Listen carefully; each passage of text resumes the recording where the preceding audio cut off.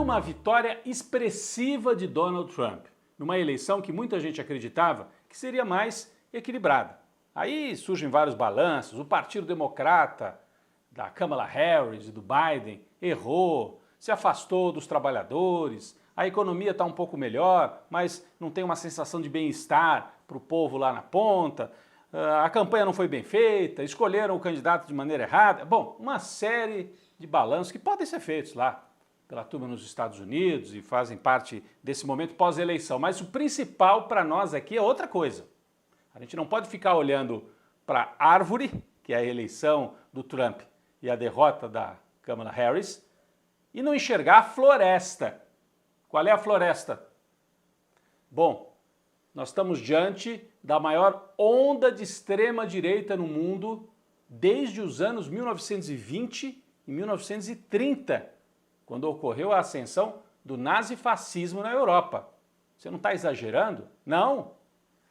Há uma crise profunda do modelo liberal, neoliberal, e nós vamos tentar entender melhor isso no dia de hoje.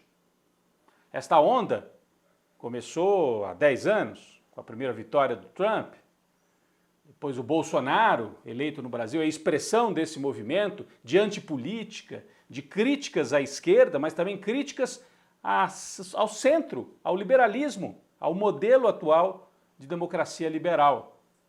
A gente tem governos com essas mesmas características na Hungria, na Polônia, na Itália, agora de novo nos Estados Unidos com o Trump. Você tem avanço de movimentos de extrema-direita na França, na Espanha, em Portugal, o partido Chega, que avançou bastante. Então, é um movimento mundial.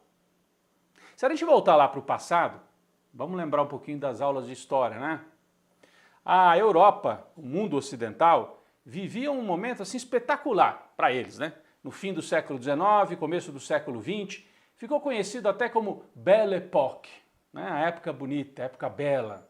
Era um otimismo, porque ali você tinha a ciência avançando, invenção do carro, do avião, parecia que a tecnologia ia resolver a vida de todo mundo, um clima de grande otimismo, a cidade se urbanizando. De repente, vem a Primeira Guerra Mundial e mostra tudo que é sólido desmancha no ar. Rio de sangue corre na Europa. E o capitalismo entra numa crise que dura décadas. Depois da Primeira Guerra Mundial, vem a crise de 1929, a Bolsa de Valores explode. Crise econômica. Um país como a Alemanha, que tinha sido derrotada na Primeira Guerra, tem hiperinflação, desemprego, povo em desespero. E quem é que surge nessa hora para oferecer uma saída? A extrema-direita. O Hitler na Alemanha, o Mussolini na Itália. O Hitler dizendo assim, o povo alemão está sofrendo, mas tem culpados para isso. Os judeus, os empresários gananciosos, o sistema liberal que não atende o povo. E aí a extrema-direita avança. É a história do capitalismo. Quando o modelo liberal não dá conta mais de manter a situação sob controle, a burguesia apela para os líderes de extrema-direita. Isso, se a gente sair lá dos anos 20, dos anos 30, e dar esse salto de novo aqui para o nosso período, nós vamos entender que o mundo ocidental também vive uma crise profunda. Isso vem desde a crise de 2008, quando quebram os bancos lá nos Estados Unidos. Vocês lembram? Lehman Brothers quebra, tem a crise das hipotecas, desemprego na Espanha, na Itália, na Grécia. O mundo ocidental, Estados Unidos e Europa, ainda não saiu desta crise. O que aconteceu? O modelo neoliberal, que todo mundo dizia, privatiza tudo, tira os direitos trabalhistas, o mundo precisa de mais empreendedores, né? Esse modelo não dá solução para as pessoas viverem. E aí aparecem líderes de extrema-direita e dizem assim, temos a solução. Em vez de mais democracia, de mais direitos, é pancada, é procurar os culpados. Na Europa e nos Estados Unidos, dessa vez não são os judeus, mas os imigrantes, árabes, africanos, latino-americanos, no caso dos Estados Unidos. A vitória de Donald Trump pode ser entendida como o enterro desta era de globalização e liberalismo que vinha do fim do século XX até agora. Vinha avançando. Acabou. Agora entramos numa nova fase, numa fase de governos fortes, nacionalistas, com protecionismo comercial. O que significa isso? Cada governo põe tarifas para não deixar os produtos da China, principalmente, entrarem.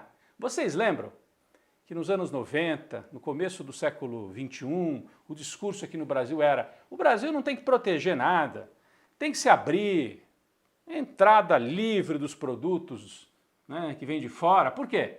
Porque eram produtos dos Estados Unidos, da Europa, eles queriam ganhar o nosso mercado. Agora, os chineses estão ameaçando o mercado deles.